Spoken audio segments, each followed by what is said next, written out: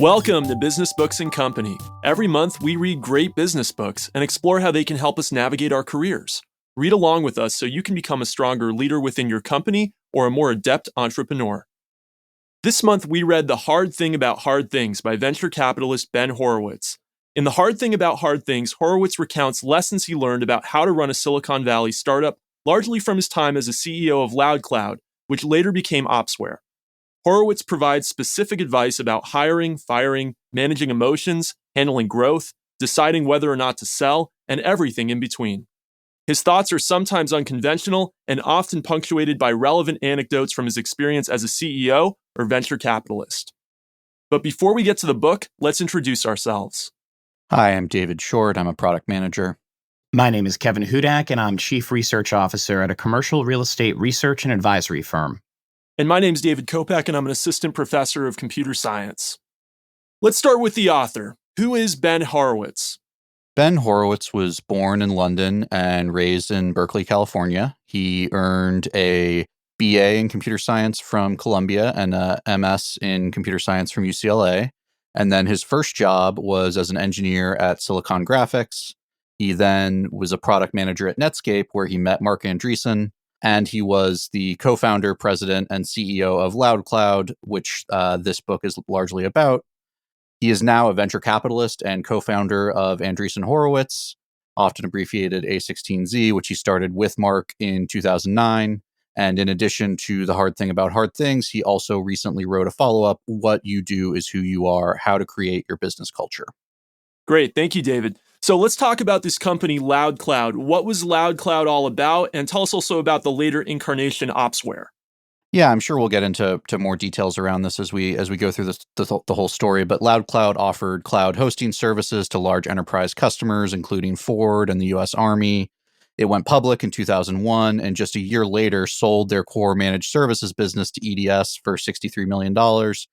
The remaining business was pivoted over to Opsware, which focused on enterprise software with EDS as their first customer. In 2007, Opsware was sold to HP for $1.6 billion, and following that sale, Horowitz spent a year as VP and GM of HP Software. Right, and I think what's really interesting about Loudcloud is they were doing the cloud, as it was kind of coined partially by them, before anyone else was really doing it as a service. So they were the AWS, the Azure, the Google Cloud of their day, and they really led to the arrival of that business model. A lot of the book is focused on hiring and firing. What are some of Horowitz's most valuable tips around hiring and firing? Yeah, I'll take that one, Dave. So when you think about Horowitz's advice on hiring and firing, it really comes down to a very clear, sharp statement he makes, which is, hire for strength, not for lack of weakness, which is something that a number of executives likely fall into. And he gives a great example of that with when Opsware was looking for their head of sales. This gentleman, Mark Cranny, came in, and Ben was impressed with him right away. But he also was getting some pushback from board members and other executives, just because Mark was shorter, less kind of put together from an aesthetic standpoint, not out of central casting, out as some folks would say, for a head of sales. But really, in the interview itself, Ben was very impressed with Mark's, essentially his orientation towards training, and particularly training in sales and sales management. He literally wrote a book, a thick manual about it, that likely impressed Ben. And he also got this sentiment from folks like Mark that you really want to hire for people who don't necessarily just take ownership of their role, ownership of their vertical to the detriment of the team, but who acknowledge the importance of the team. They use words like our company, not my company, right? And they defer and they look at the accomplishments of the team as a cohesive unit. One thing that Ben also said was you don't want to be looking for folks who are asking about comp and elevation right from the start. In Mark Cranny's interview, he really didn't even ask about that until the very end of the conversation. And it was more about how can he help this company win, which would become part of his company as well. He also gives some advice around the difficulties in bringing big company executives into small companies, right? And that there are some conflicts there when you have a cohesive team who has been working with a smaller company and helping that company grow. And then you have a big company exec come in who is really geared for 12 to 24 months down the road. So another really important piece of advice from Ben is you want to be hiring for the next 6 to 12 months, not hiring for that 12 to 24-month outlook. Hire for the company you've got, not the company you want. Obviously, it's important to keep those aspirations in mind, but you want somebody who can hit the ground running. And in Ben's world, the biggest mistake you can make is hire somebody who's going to come in and have a month of getting to know their role. You want somebody who can adapt and really hit the ground running from day one. So, one particular piece of advice that Horowitz gives around hiring relates to hiring from a, quote, friend's company. That advice, by many reviewers of the book, is considered quite controversial. Tell us about that advice and why it's controversial.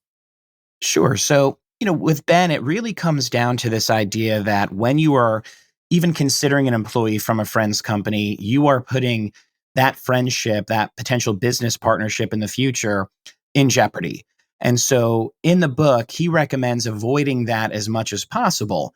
When you are considering hiring from a friend's company, it really becomes, it's almost a golden rule that he's proposed. He calls it the reflexive principle of employee rating. So, in quote from him is, if you would be shocked and horrified if company X hired several of your employees, then you should not hire any of theirs, right? And he fully acknowledges that this may result in you never hiring from from your friends' companies.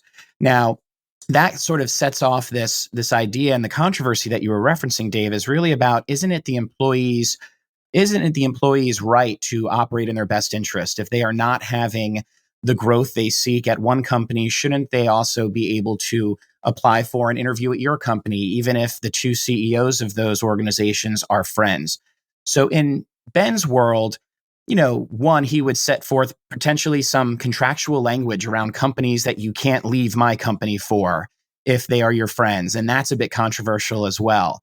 And, one thing he referenced that could be a deal breaker, or obviously put that employee up for some risk is, if a employee of a friend's company comes to you looking for a job, what he suggests is that that employee should talk to your friend, the CEO of this other company, first as their boss, and make sure that it's clear, there's transparency there, that it's okay, in order to even start talking to you as CEO of the company that they want to join. And I feel like I've heard from others, and advice that I've heard from managers in the past has been, if one of your employees is looking, you should almost give them the full time to look and dismiss them, right? So it's really putting a lot of risk, and it's limiting opportunity at that employee level who's looking to make a shift in their career. That's why it's been controversial. I am sort of torn on this one, though, because I also think that, at that point, if, when you tell a friend that somebody is looking at your company and you even engage them in that conversation, isn't that already in some ways betraying your friend that's the CEO of another company? It's very murky and it's a tough situation. I think his advice to try to avoid these situations as much as possible is probably a good one.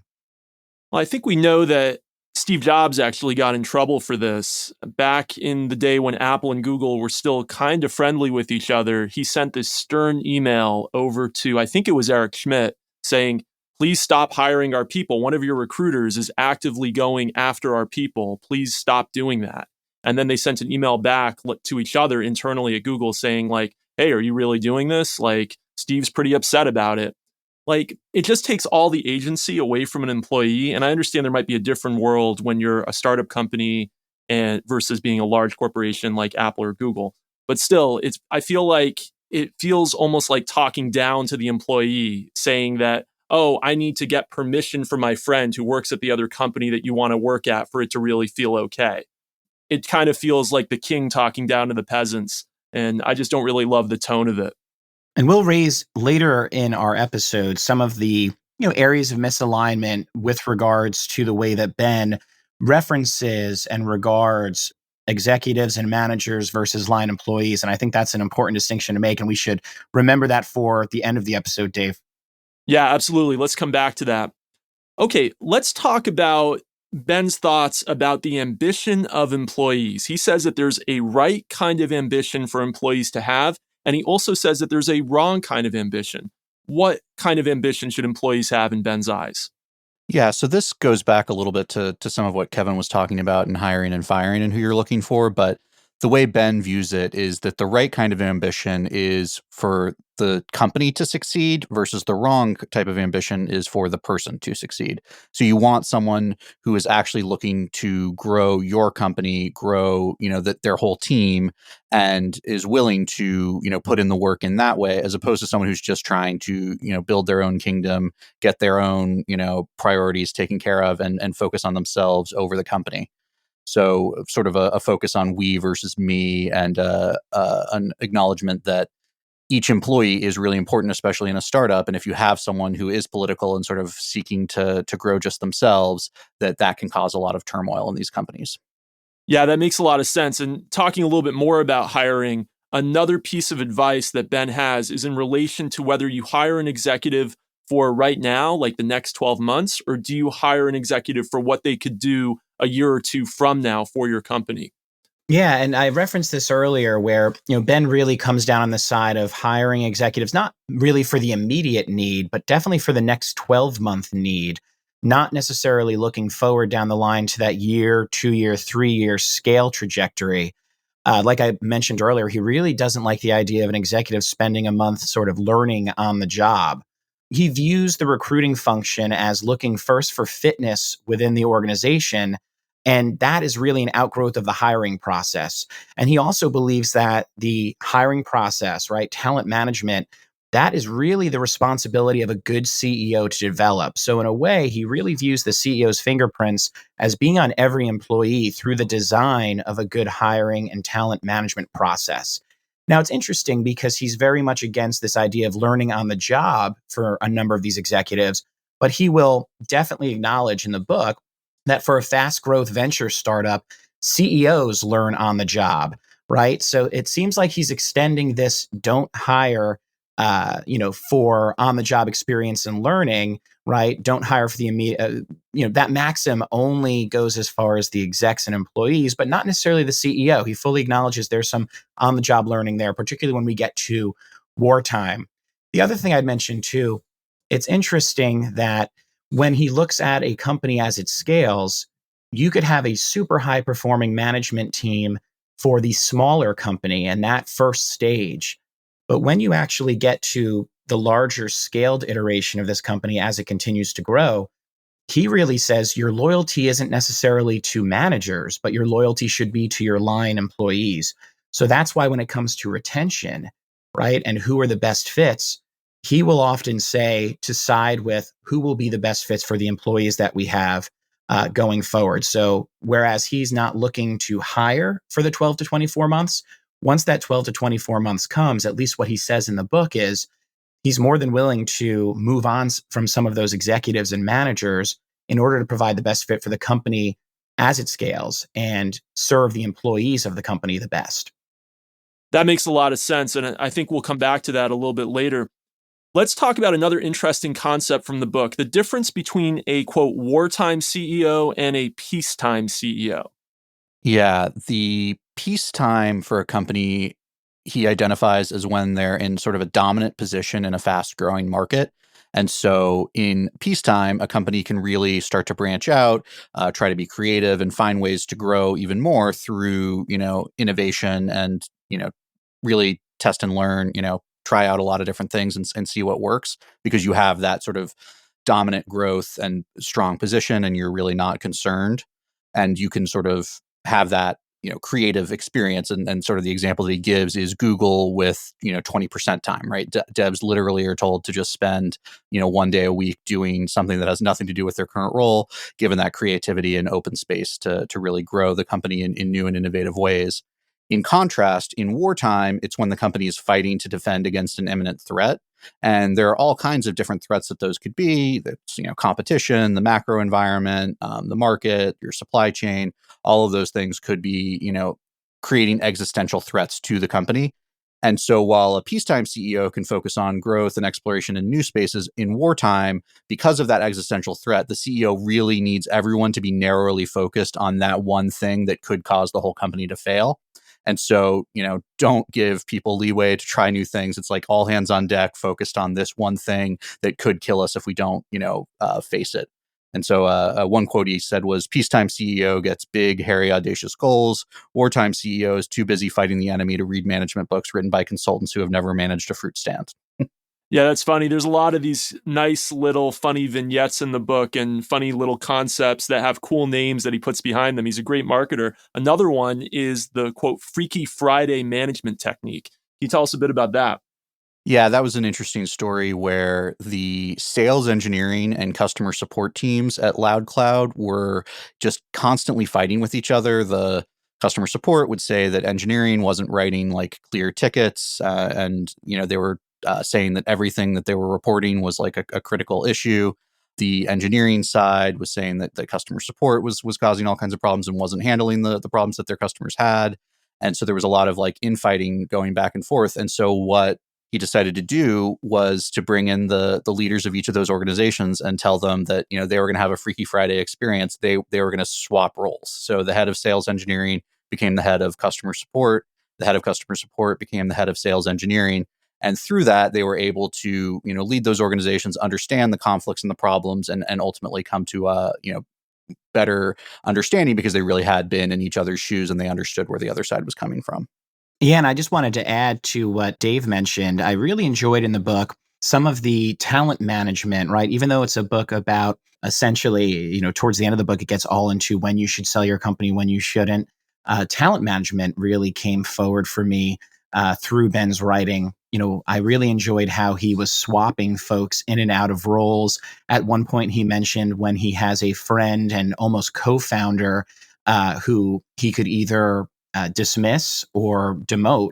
He actually decided to demote that person, but increase their compensation in order to show that there is a lot of value in that employee, in that co-executive as well, but that the company is becoming a different type of company where his management or her management won't necessarily be what's needed, right? But showing that loyalty still and having some interesting plays with organizational dynamics and organizational structure. I thought that was an interesting read for this. And when it comes down to it as well, the organizational structure that he talks about needs to be fluid and dynamic like that. And we'll talk about this later, but when it came to the sale, of Opsware, organizational structure played big into that and the transition as well from Loudcloud to Opsware.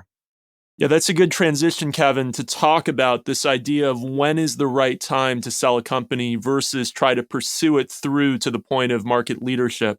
So what's Ben's advice around that? Yeah, so he really makes it clear cut as to when to sell and when to stand.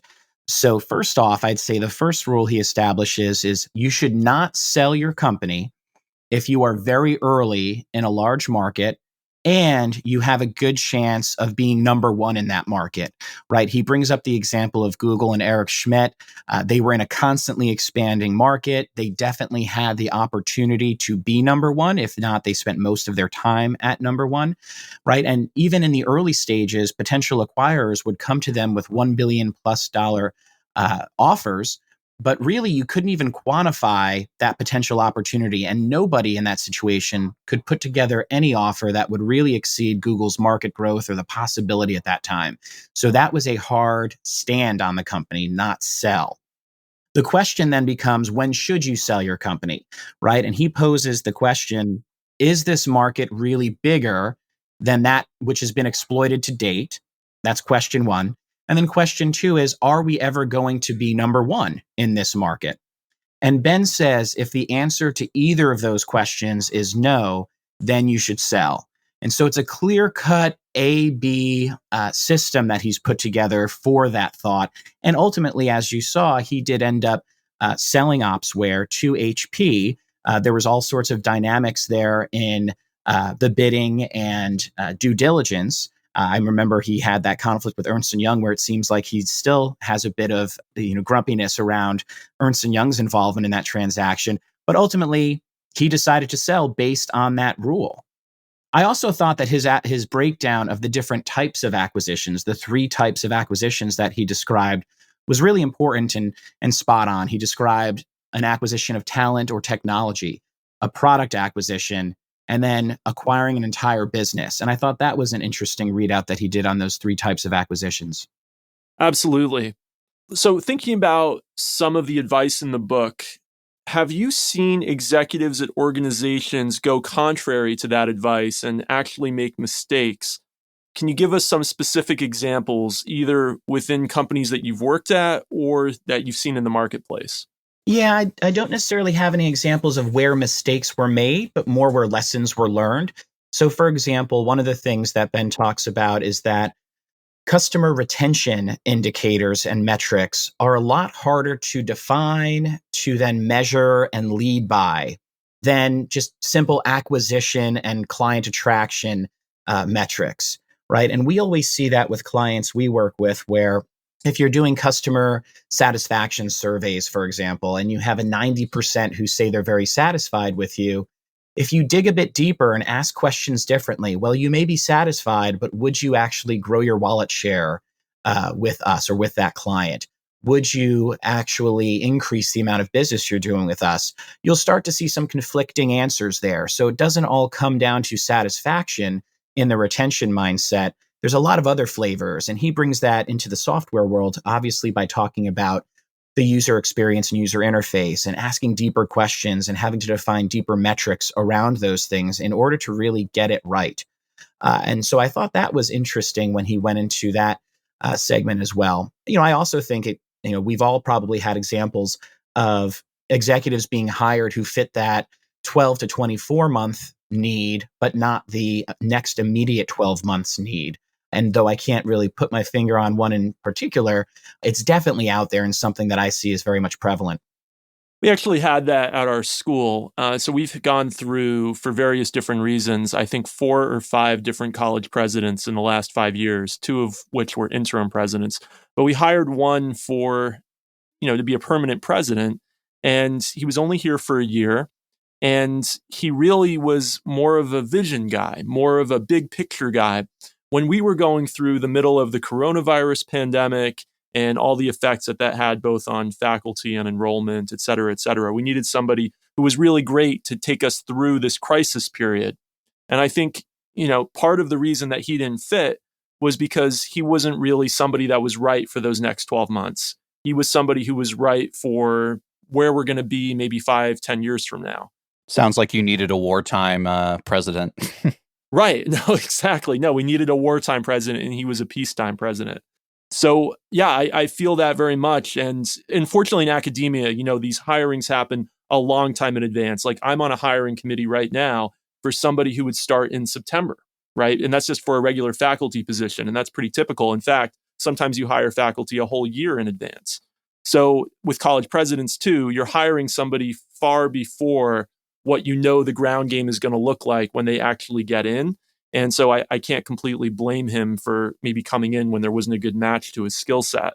But at the same time, it really speaks to this idea that you need somebody that's good in the moment. And if you're a growing institution, that's even more true. And your example also reminded me of something else that Ben talks about in the book, which is this idea of management debt. And I thought that was really, broadly applicable to organizations of any size and in any industry, whereas so much of this book was really narrowly applicable to fast growth startups, for example. Some of the universal truths he shares, did work for me, right, on the talent management side in particular. But this management debt element that he describes is when a leader makes not necessarily an easy decision, but one that is more of the immediate convenience and immediate need. So, for example, if you have a high performer who is dissatisfied and you give them sort of a quick comp increase to defray that dissatisfaction, that management debt will eventually come due, just like a credit card, in which you might have multiple employees seeing the politicization of that, seeing how that person got their raise and doing the same thing. And you're really hurting your culture at that point. You're moving and you're working outside of process and protocol. And so that concept of management debt resonated with me quite a bit. And I'm sure the three of us have all seen examples of that in our jobs and in other folks' companies as well. Absolutely. Let's talk about the book as a whole. Were there any elements of the book that you found unconvincing, inconsistent, or even off-putting? Yeah, I wouldn't say that I necessarily found anything off-putting, aside from some of the references to music and hip hop were a bit cringy at times. We quoted The Game a few times and Kanye West and some others. So that was interesting to see. But I think that when I think about some of the areas of misalignment that I saw, so for example, I gave that anecdote earlier around basically releasing or moving or coaching out some of the managers who are better suited for smaller companies because you want to help the employees and you want to serve the employees who are there as the company scales. You know, in his writing, he sides with the line employees quite a bit, right? But ultimately, though, the story is built upon the layoffs of 140 employees at Loudcloud, another 400 at one point, and then selling companies. And we don't really hear follow up about those companies after, for example, Opsware after the HP acquisition. We don't really have an epilogue on how those employees fared, how the company fared. And I'm not saying that things, were probably, going wrong, but I would have liked to have heard that, right? Because he made the employees the centerpiece of some of these anecdotes and some of these recommendations he was giving. And so I think that's important. That's one thing when we, read the John Doerr book, for example. I feel like a lot of those anecdotes and those companies that he described, there was a full story of their trajectory and what the results were. And that's why I really like John Doerr's look into OKRs on that point. I'd also say that when he fully acknowledges that there is an element of luck, particularly when you're in that wartime CEO role, right? And you're making decisions. The CEO is the person who has the closest sight line to all of the data inputs and the big picture, right? So he acknowledges that there is an opportunity to make some mistakes at that point too. I mentioned that friend that he had demoted and he acknowledges, so Ben in the book acknowledges that friend that he demoted could probably do a better job or was even more competent than he himself was. But it's almost like Ben sort of lucked out in having that CEO role, it seems. And he'll acknowledge that. So not necessarily anything that was off-putting, but just some areas of misalignment. But it makes sense because later in the book, Ben does say that at his current firm with Mark Andreessen, he will look and he will say, if you have two friends who are co-founders, one has to be the CEO, one has to be the decision maker. And it doesn't work to have two heads to this beast, 3, 4 heads to this beast. And so in a lot of areas where there was misalignment, he does acknowledge this, and some are blind spots, like that treatment of employees as you go from company to company, transaction to transaction. There's actually several things in the book that I found pretty off-putting, and I'm curious to see if either of you found them off-putting as well. I'll agree with you, Kevin, about the rap lyrics, but the reason I found the rap lyrics kind of off-putting was because of some of the profanity in them. And he's very defensive of profanity because he was actually called out in the workplace for profanity. And then he says in the book that, well, I thought about it and I decided I was actually more effective while using it. It emphasized my points better. But he doesn't present the counter argument almost at all, which I think is true both about the readers of his book and your employees, which is that the second you hear some profanity for some people, it just turns them off and they're not going to listen to the rest of what you have to say. Let's say you have, for example, a conservative Christian who's working at your company and they're a really great employee, but they really find you abrasive and don't want to deal with you or listen to what you have to say because you're using profanity and they've instantly kind of turned off to your leadership, turned off to what you have to say. What's the point of turning them off? You can't control yourself enough to limit what comes out of your mouth. You're an adult. You're the CEO of a company. You should be able to learn to control what you say enough to not turn people off from listening to you. So I don't feel like that counter argument was presented almost at all. Another thing I found off-putting in the book was the use of war analogies. I think the wartime CEO, peacetime CEO one was kind of okay, but that wasn't the only place in the book that he used these kind of war analogies. And I think that's a little bit like putting yourself in the shoes of a soldier almost. I know The Art of War is a very popular book amongst business executives by Sun Tzu, but I mean, you're not like literally fighting a war. And he made it sound sometimes like the things that he was doing as an executive or that some of his colleagues were doing were so heroic that they were almost like accurate analogies to compare it to war. And I found that pretty off-putting. And then this whole thing about that we talked earlier about talking to your friend if they can hire or you can hire their employee. I mean, the friend thing didn't just go there. There was another part of the book where it was if you had hired a friend when you were early on in your startup, and then it turned out that the role had outgrown them, that you find another role for them somewhere else at the company. And Kevin, I think you mentioned that about like raising their salary even when you find them in that other role. But the way that it was presented in the book, and I guess all of my criticisms here are really stylistic. They don't have so much to do with content as much as to do with style. But style can be off-putting, right? That it made it feel like it was kind of like an old boys network. Like, oh, this guy's my friend, so I'm going to take care of him and I'm going to, or her, and put her in another role that is going to make her happy and successful. Whereas I think about in a lot of companies that you're doing something like software development, people are working in very specialized roles. And most of those people are not going to be easily shifted into just another role that happens to be open at the company. So it feels like maybe there's a little bit of, oh, it's my friend though, so I'm going to take care of them. That's how it felt between the lines to me a little bit. Wonder how you guys felt about those things. Yeah, and Kopek, I definitely think one of the examples I was going to give too, where you mentioned the old boys club almost.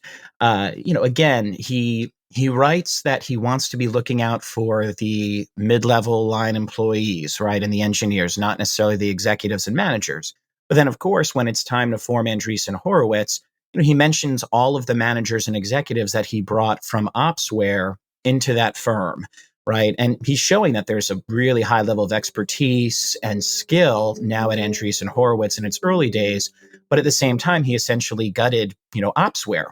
And so there's a bit of a misalignment there for me as well. I also think that one of the big lessons that he talks about, I think he calls it the torture, right? Which is the role of being CEO and having all of these inputs. You're the only one with sightline to all of the information coming in, and you're the only one with access to the big picture. He mentions and he speaks about this emotional roller coaster. And he says one of the things, it's the job of the CEO to put in place protocols and policies that manage the emotional roller coaster. But then on the flip side, to your point, he has to use profanity though. And it's part of company policy and it's part of being a quote wartime CEO that there's lots of profanity and attacking others in the workplace. I definitely see that happening in companies that I know and I have worked at. I think sometimes profanity and leading by pointing out what someone needs to get done, even if it's done in some would call harsher terms, is important. But again, if his whole point is the emotional roller coaster can hurt a CEO, you put in place protocols and practices to avoid that emotional roller coaster. Is it that he's sort of breaking that rule a bit when it comes to profanity because there needs to be that bleed off? Or is he just really saying one thing and doing another? And there was a lot of that in this book too. Some of that saying one thing, doing another, which is interesting. Absolutely. So we talked about some negatives, but let's talk about our key positive takeaways from the book. Yeah, I really liked a couple of points that he made around handling stressful situations. So one of the things that he says is you don't need to be a cheerleader during hard times. You actually need to be straight with your team about the problems so that everyone knows what's at risk and where to focus. So don't just like put on, rose tinted lenses and make it seem like everything's fine. Be transparent with your company and let them know that like things are at risk. We are at an existential risk. And if we don't fix these problems, we are going to like go down. And that's pretty different from what I've seen in a lot of other business books. The other thing I liked was that he makes it clear that there is no recipe for being a CEO at a startup, that rather than a lot of other business books will try and say, take steps 1, 2, and 3, and you'll end up with this successful company. His point is the job you need to do is going to be constantly changing. And what you need to do is just know what the top priorities are. But what those are going to vary dramatically depending on what business you're in, what challenges you're confronting. And rather than saying, oh, this is what you do, it's saying you just need to be able to adapt and react to this very fast changing environment. How about you, Kevin? What were your key takeaways? Yeah, not so much a key takeaway, but something that I enjoyed, to Short's point as well, was more than other business books that I've read. He was fairly formulaic in his recommendations. So a lot of if X, then Y statements that I thought were useful, like that idea of whether or not to sell your company or stand on your company. It had a very clear sort of A and B. If A and B, then don't sell. And I thought that was very useful. Echoing short, I think my key takeaway really came down to that CEOs are the only ones who have that best and only sightline to the information coming in. There's that need to be decisive. It results in that learning on the job. Decisions are sometimes made in haste that have to be right for the survival of the company. That creates the quote unquote torture that I mentioned earlier. I think it was another key takeaway. I think that this book was sort of undersold in terms of its focus on talent management and hiring and HR policy. I think the appendix that he puts in there is all about the questions you should be asking when, hiring a sales manager, for example. So I thought that was, a really big part of the book for me that I didn't expect coming in. And that's part of that is because it seems like Ben really does believe that it's the role of the CEO to create that talent recruitment and retention framework. They don't necessarily execute on it, but they have to create one that's the best fit for their objectives.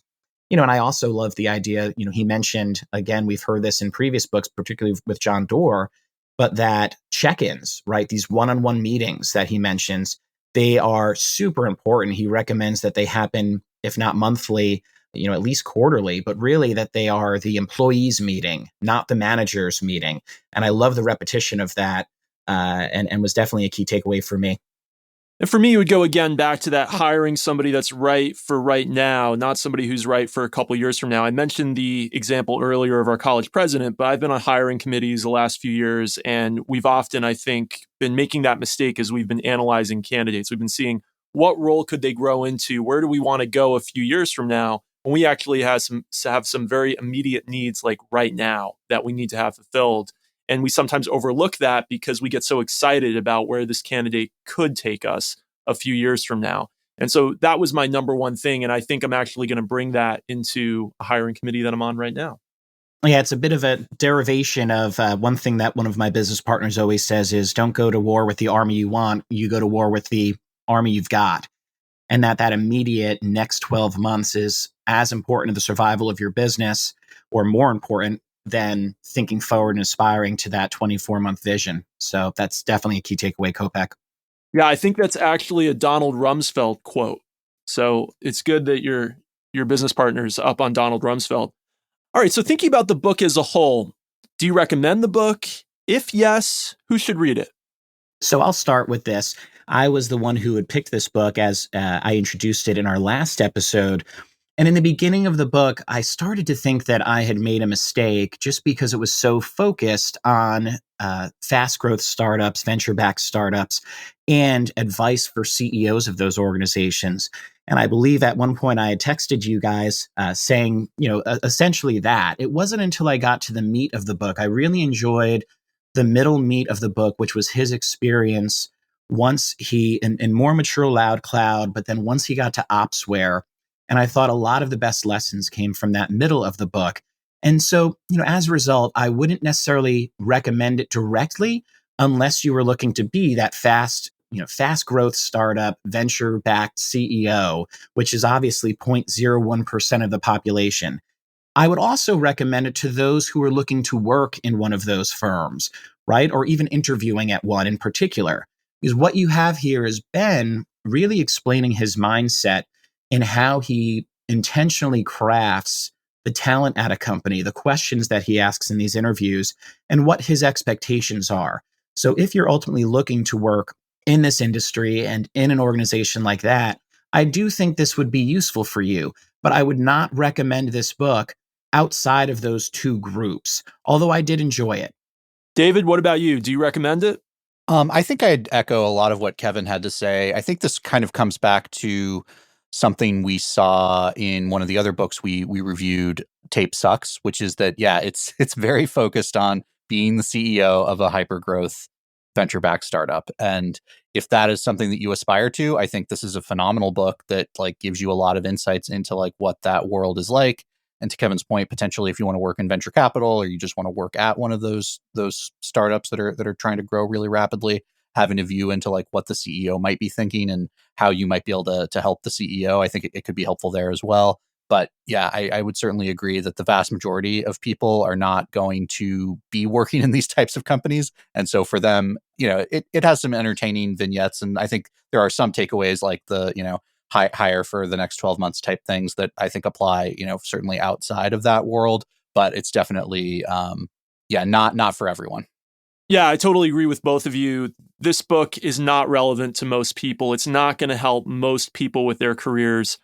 If you are somebody who does do a lot of hiring, then I could see this book in particular being helpful to you, especially if you're hiring for a high growth startup, or of course, if you're the CEO of a high growth startup. I think some of the hiring advice, like I mentioned earlier, will be helpful to me. But did I need to read the whole book to get that advice? Probably not. So I think for most people, in my opinion, this isn't the most helpful book. Okay, next month, we're going to be reading King of Capital. David, this is your pick. Do you want to tell us a bit about it? Yeah, absolutely. So King of Capital, The Remarkable Rise, Fall, and Rise Again of Steve Schwartzman and Blackstone by David Carey and John Morris.